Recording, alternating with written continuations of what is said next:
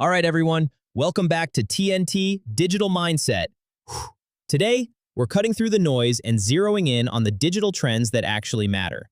I've leveraged advanced AI to distill the latest research into clear, actionable insights, so we can focus on strategy, not fluff. Let's get started.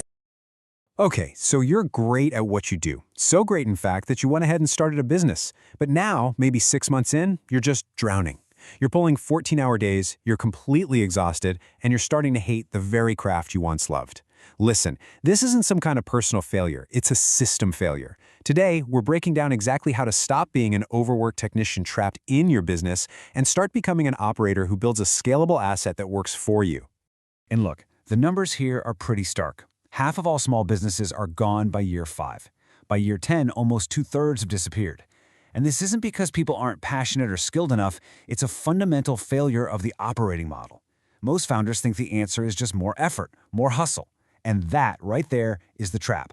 So let's just get one thing straight. If your business depends on you hustling nonstop just to stay afloat, you haven't actually built a business. You've just built yourself a really high-stress, low-paying job with unlimited unpaid overtime. The goal isn't to work harder, it's to build leverage. Today, we're giving you the mental model to do exactly that. All right, here's our game plan. First, we're going to diagnose exactly why you're stuck. Then, we'll unpack the 3 conflicting roles you're constantly trying to play.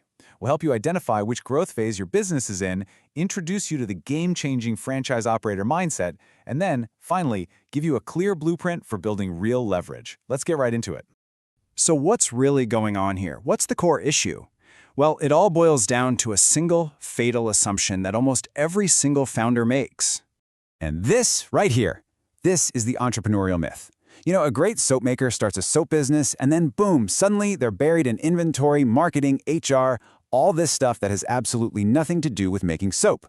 They were an expert technician, a pro at the craft, but a total amateur when it came to actually running the business. You have to understand, doing the work and building a business that does the work are 2 completely different skill sets. Recognizing that is the first crucial step to getting unstuck. Ever feel like you're being pulled in a million different directions at once? Well, there's a reason for that. It's because you're not just one person. As a business owner, you're trying to juggle 3 distinct and often conflicting identities all the time. Okay, first up, you've got the technician. This is the doer in you. The baker who loves to bake. The coder who just loves to code. This is where most of us start out. It's our comfort zone, right? But it's also a cage. The technician is obsessed with the work of today. Next up is the manager.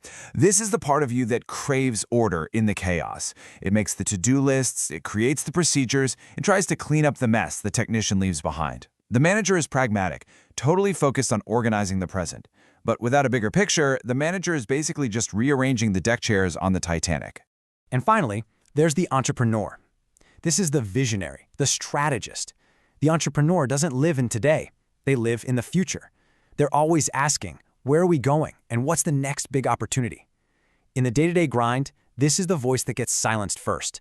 And that right there is why most businesses just stop growing.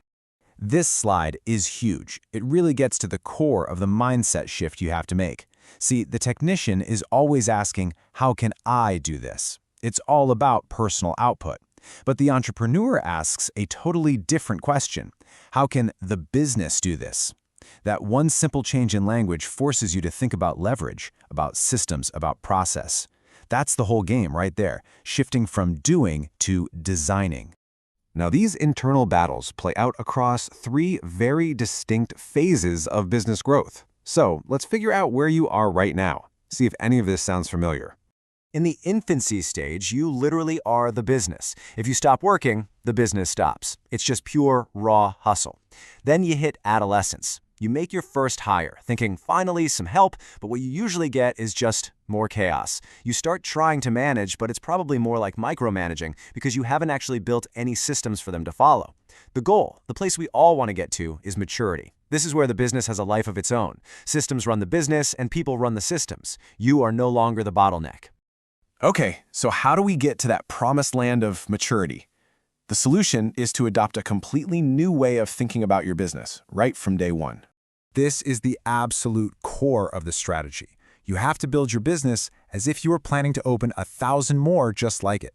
I mean, think about it. McDonald's didn't scale because they found the world's best burger chefs.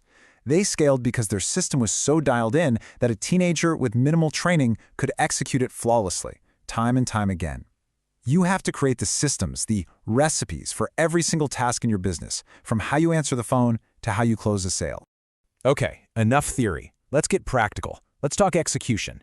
Here is a clear 7-step blueprint to build the systems that will create true, lasting leverage. This is your roadmap. It all starts with your primary aim. What's the vision for your life, not just for the business? From there, you build out your organizational strategy. Then you get to the core of it all, your management system, which means documenting every single process.